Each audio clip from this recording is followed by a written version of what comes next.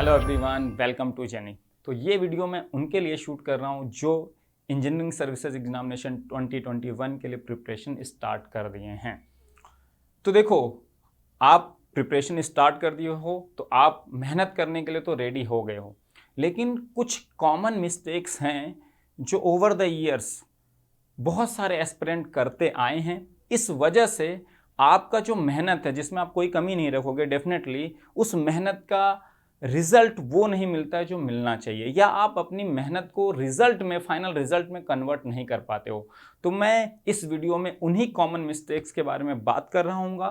तो इस वीडियो को बहुत ध्यान से देखना और इन मिस्टेक्स को आपको डेफिनेटली अवॉइड करना है और फिर मेहनत करना है, क्योंकि बिना मेहनत के तो रिजल्ट कभी नहीं मिलेगा। ठीक है, तो बात करते हैं अपने पहले कॉमन मिस्टेक्स की, जो आप में से बहुत सारे लोग करते हैं। अभी जैसे एससी एग्जाम, आप गेट एग्जाम दे चुके हो, आप एससी एग्जामिनेशन के लिए तैयारी स्टार्ट कर दिए हो। ठीक है, तो अभी आप यूट्यूब, सोशल मीडिया पे, फेसबुक पे आप सर्च करते हो कि कोई टॉपर्स है, जैसे मैंने एग्जाम निकाला है, ऐसे बहुत सारे टॉपर्स हैं जिनके स्ट्रेटजीज आपको मिलेंगे आपके यूट्यूब प्लेटफॉर्म पे या फेसबुक पे। तो आप क्या करते हो, उन वीडियोस को देखते हो, उनसे इंस्पायर होते हो, डेफिनेटली इंस्पिरेशन आपको मिलेगा ही मिलेगा। लेकिन आप गलती क्या करते हो, आप कई बारी किसी पर्टिकुलर टॉपर की स्ट्रेटजी को सोचते हो कि एज इट इज मैं फॉलो कर दूं, क्योंकि आपको लगता है ये स्ट्रेटजी यार बड़ी बेहतरीन है, इस स्ट्रेटजी को फॉलो करके इन्होंने रैंक 1 लेती आए।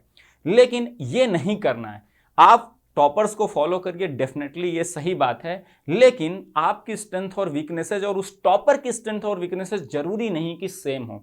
इसलिए आप डिफरेंट टॉपर्स के जो वीडियोस देख रहे हैं उसके हिसाब से उसके जो अच्छे पॉइंट्स हैं वो डेफिनेटली आप कलेक्ट करिए, लेकिन आप फिर अपनी एक खुद की स्ट्रेटजी बनाइए, आपके अपनी स्ट्रेंथ और वीकनेसेस के हिसाब से, कीपिंग इन द माइंड कि वो टॉपर की स्ट्रेटजी क्या थी, उसके अच्छे पॉइंट्स ध्यान में रखते हुए उस स्ट्रेटजी को फॉर्म करिए। उस स्ट्रेटजी को फिर पूरे एग्जाम तक एकदम मेहनत के साथ, हार्डवर्क के साथ फॉलो करिए, फिर यही मेहनत का आपको बहुत अच्छा रिजल्ट डेफिनेटली मिलेगा। तो ब्लाइंडली किसी को भी नहीं फॉलो करना है, किसी भी टॉपर को। हर टॉपर की कुछ अच्छी स्ट्रेटजीज होती हैं, वो अपने हिसाब से बनाता है, तो आपको ये ध्यान में रखते हुए स्ट्रेटजी बनाना है। कोई भी ब्लाइंडली फॉलो किसी को नहीं करना है। ठीक है, तो आप बात करते हैं दूसरे पॉइंट की। तो क्या होता है कि जब आप तैयारी शुरू करते हो तो आपके पास, आप पहले क्या करते हो, रिसोर्सेज कलेक्ट करते हो कि कौन सी सब्जेक्ट्स हैं, क्या सिलेबस है। तो कई बारी होता क्या है, मैंने बहुत सारे स्टूडेंट्स को देखा है वो ये करते हैं, कई बारी ऐसा होता है कि आप बहुत सारे रिसोर्सेज कलेक्ट कर लेते हो। जैसे एक पर्टिकुलर सब्जेक्ट, जैसे एडवांस कम्युनिकेशन हो गया, या कंप्यूटर ऑर्गेनाइजेशन हो गया, या एडवांस इलेक्ट्रॉनिक्स हो गया, तो उसके जैसे किसी टॉपर ने एक बुक फॉलो करी थी, किसी दूसरे टॉपर ने दूसरी बुक फॉलो करी थी, या किसी इंस्टीट्यूट ने कहा ये बुक फॉलो करना है। तो कई बारी कुछ बच्चे, क्या बहुत सारे बच्चे ऐसे करते हैं कि वो एक ही सब्जेक्ट के लिए कई सारे रिसोर्सेज इकट्ठा कर लेते हैं। यहाँ पे आपको एग्जाम क्रैक करना है। आप बहुत सारे रिसोर्सेज को पढ़ के आप सोचोगे एक सब्जेक्ट बहुत अच्छे से तैयार कर लूं, तो आपके पास लेकिन टाइम क्या है, लिमिटेड है। तो आप एक ही सब्जेक्ट के लिए बहुत सारे रिसोर्सेज को फॉलो नहीं कर सकते हैं।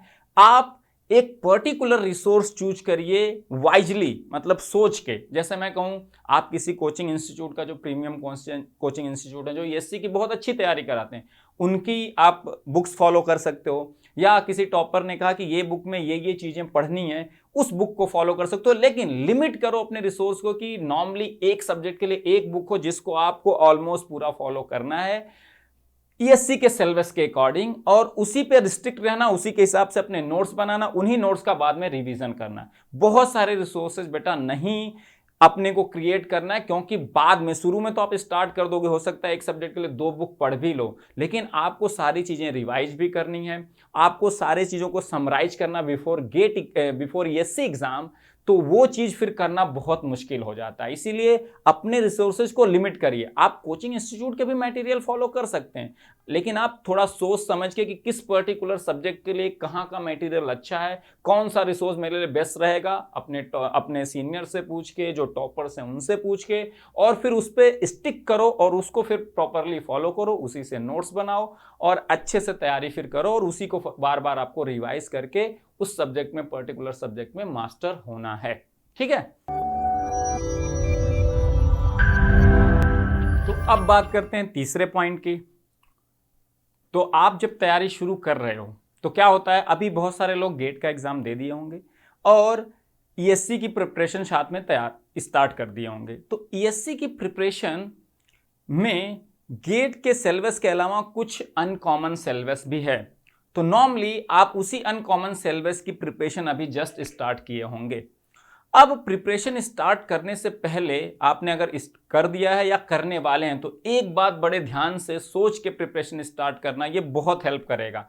क्या करना है आपको पहले जो भी अनकॉमन सिलेबस है जिसमें 4 सब्जेक्ट या 5 सब्जेक्ट या 3 सब्जेक्ट हैं, उनका प्रीवियस ईयर का वेटेज निकाल लेना, और इजीली अवेलेबल है इंटरनेट पे, इजीली अवेलेबल है। तो आपको वेटेज निकाल लेना है सारे अनकॉमन सिलेबस में जो भी सब्जेक्ट हैं उनकी एनालिसिस करना और उनको एक टेबल बना देना है, higher weightage to lower weightage, घटते हुए ऑर्डर में कि किसका सबसे ज्यादा वेटेज है, फिर उसके बाद उससे कम वाला, फिर उससे बाद उसके कम वाला। ठीक है, उसके बाद आपको ये तैयारी में बहुत इंपॉर्टेंट पॉइंट है, क्या करना है, उन सब्जेक्ट को पहले स्टार्ट करना है जिसमें आपको लगता है कि आप बहुत कम एफर्ट के साथ बहुत ज्यादा गेन कर सकते हैं। इसका मतलब क्या है, इसका मतलब यह है पहले तो आपने वेटेज वाइज सब्जेक्ट की एनालिसिस कर ली, हायर टू लोअर। उसके बाद आप उनमें से देखो कौन से सब्जेक्ट ऐसे हैं जिसको आप इजीली पढ़ सकते हो, वो एरिया ऑफ इंटरेस्ट के साथ होता है। आपकी किसी सब्जेक्ट में बहुत आप पसंद करते हो, उसको जल्दी पढ़ के जल्दी समझ सकते हो। कुछ सब्जेक्ट में आपको होता है कि टाइम ज्यादा देना पड़ता है, समझने में थोड़ा आपको टाइम लगता है, तो आपके वो एरिया ऑफ इंटरेस्ट या स्ट्रेंथ के हिसाब से वो सब्जेक्ट हो सकती है। ठीक है ना, तो वो सब्जेक्ट आप सेलेक्ट करो जो आपकी स्ट्रेंथ है और जिसका वेटेज हाई है। 4-5 सब्जेक्ट हैं, उनमें से कुछ का वेटेज हाई होगा, कुछ का कम। तो जो हायर वेटेज वाले सब्जेक्ट्स हैं उनमें से उस सब्जेक्ट को पहले उठाओ जिसमें आपकी स्ट्रेंथ है, जिसको आप इजीली पढ़ सकते हो, जिसको आपको पढ़ के समझना इजी है, और उसके क्वेश्चन आप अगर एक बार अच्छे से पढ़ लोगे तो इजीली कर सकते हो। उस सब्जेक्ट को टारगेट फर्स्ट करना है, फिर इसी ऑर्डर में घटते हुए वेटेज की तरफ सब्जेक्ट को टारगेट करना है। पहले हायर वेटेज वाले फिनिश करने हैं और उसके बाद लोअर वेटेज वाले फिनिश करने हैं, और उसमें भी अपनी स्ट्रेंथ के हिसाब से उस सब्जेक्ट को पहले टारगेट करना है जिसमें आप कम एफर्ट के साथ, वो आपकी स्ट्रेंथ पे डिपेंड करेगा किसमें कम एफर्ट लगेगा, आप हाई गेन कर सकते हो। ये बहुत इंपॉर्टेंट पॉइंट है। ये छोटे छोटे पॉइंट्स बहुत ज्यादा कंट्रीब्यूट करते हैं आपके रिजल्ट या सिलेक्शन को दिलवाने में, है ना। तो इन सब चीजों को मिस मत करना बिल्कुल भी, ठीक है। चौथा जो बहुत इंपॉर्टेंट पॉइंट है, जो मिस्टेक्स बहुत लोग करते हैं, अभी आपने तैयारी शुरू कर दी है ईएससी की, तो उसमें एक तो कॉमन सिलेबस है गेट के साथ और एक अनकॉमन सिलेबस है जो ईएससी में केवल है, ठीक है ना। तो बहुत लोग ईएससी के अनकॉमन सिलेबस की तैयारी स्टार्ट कर दिए होंगे और वो करनी ही करनी है, उसमें कोई डाउट नहीं है, ठीक है। लेकिन क्या होता है कई बार जब आप उस सिलेबस को कवर करने के पीछे इतना ज्यादा वो रहते हो कि यार ये बहुत सारा सिलेबस है, इसको पहले मुझे निपटाना है, एकदम मेहनत करनी है, खूब मेहनत करनी है, उसमें आप क्या अवॉइड कर देते हो, जो गेट सिलेबस जो आप ऑलरेडी पढ़ चुके हो, जिसके बेसिस पे आप गेट एग्जाम में अपीयर कर चुके हो, उस सिलेबस को आप छोड़ देते हो, होल्ड पे रख देते हो। और उससे होता क्या है, जब आप ईएससी का सिलेबस बहुत सारा नया तैयार तो कर लेते हो, लेकिन गेट का सिलेबस जिसको आपने प्रॉपरली रिवाइज नहीं किया इधर 2-3 महीनों में, उसको फिर बहुत सारा वो पाइल अप हो जाता है। उसमें आपको लगता बहुत सारी चीजें आप भूलने लगो, उसमें आपको लगता बहुत सारे अभी प्रैक्टिस की जरूरत है। तो ये गलती नहीं करना है, आपको अभी से ही जो गेट का कंप्लीटेड सिलेबस है उसका पैरेलल रिवीजन इंगेज करना है, ताकि आप पैरेलली इस रिवीजन को इंगेज करते रहेंगे तो जो आपने गेट का सिलेबस जो अभी आपका फ्रेश है दिमाग में, वो एकदम फ्रेश बना रहे और साथ में आपके ईएससी का जो अनकॉमन सिलेबस है वो आप अच्छे से तैयार करते रहो अकॉर्डिंग टू द वेटेज, है ना। और हमेशा याद रखो जो नया सब्जेक्ट तुम तैयार कर रहे हो वो वेटेज के हिसाब से टारगेट करना है, और हर सब्जेक्ट में 70 to 75% सिलेबस ही ऐसा होता है जहां से 90 to 95% क्वेश्चन आते हैं, उसी सिलेबस को टारगेट करना है, क्योंकि सिलेबस बहुत वास्ट है। तो ये गलती आपसे नहीं होनी चाहिए, ठीक है। और पांचवा जो बहुत इंपॉर्टेंट पॉइंट है, जो बहुत लोग इस मिस्टेक करते हैं अपनी तैयारी के दौरान, कि अभी जो प्रीलिम्स के पेपर में जो जीएस आता है वो नेशनल और international GS normally last 1 year का आता है। उसमें एक तो जीएस हो गया, इन्वायरमेंटल, इथिक्स, प्रोजेक्ट मैनेजमेंट, बहुत सारे जो नॉन टेक पोर्शन हैं वो आते हैं आपके प्रीलिम्स पेपर 1 में। तो बहुत लोग क्या सोचते हैं कि यार ये पढ़ने वाली चीज है, रट्टा मारने वाली चीज है, एकदम लास्ट में 15-20 दिन का एक स्लॉट लेंगे, इसमें सारी जीएस को खत्म कर देंगे। ये बहुत बड़ी गलती है और ये मेरा भी एक्सपीरियंस रहा। मैंने भी ऐसे जीएस पार्ट में किया था कि मैं लास्ट में पढ़ लूंगा बहुत सारी चीजें, जो स्टैटिक जीएस हमारे टाइम में आती थी। लेकिन वो जो आप रट्टा मारते हो एकदम लास्ट टाइम में ना, वो बहुत काम एग्जाम में नहीं आता जीएस के केस में, नॉन टेक के केस में। नॉन टेक एक ऐसी चीज है, थोड़ा थोड़ा आप रोज पढ़ते रहो और धीरे धीरे थोड़ा दिमाग में बैठाते रहो, तब वो एग्जाम में बहुत ज्यादा काम आती है। लास्ट में सोचोगे बहुत सारी चीजें एक साथ पढ़ ले, वो काम नहीं आती है, वो बैकफायर भी कर जाती कई बार, ठीक है ना।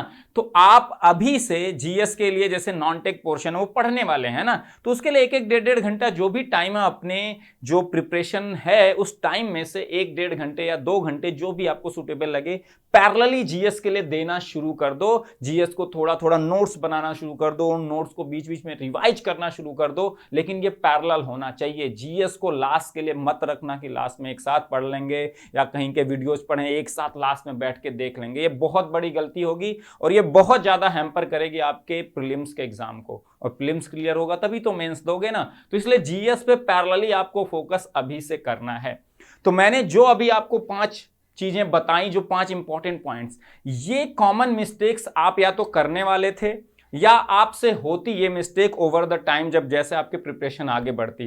तो इस 5 पॉइंट्स को अपने पेज पे, अपने कॉपी पे अच्छे से नोट कर लो, और जब भी प्रिपरेशन आपको लगे कि आपकी डिरेल हो रही, इन पॉइंट्स को जरूर गो थ्रू करना।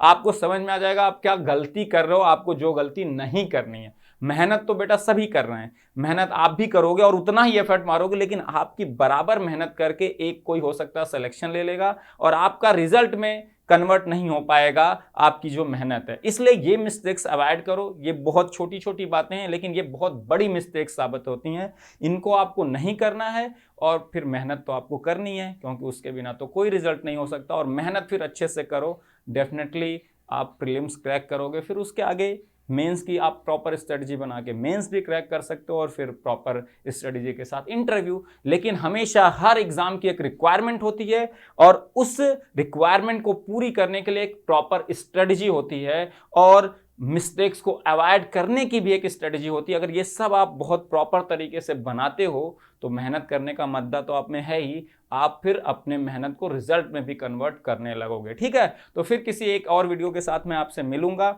जिसमें आपको मैं इसी तरह से कुछ गाइड कर रहा हूँगा। तब तक देखते रहिए रीजनिंग को। Thank you so much.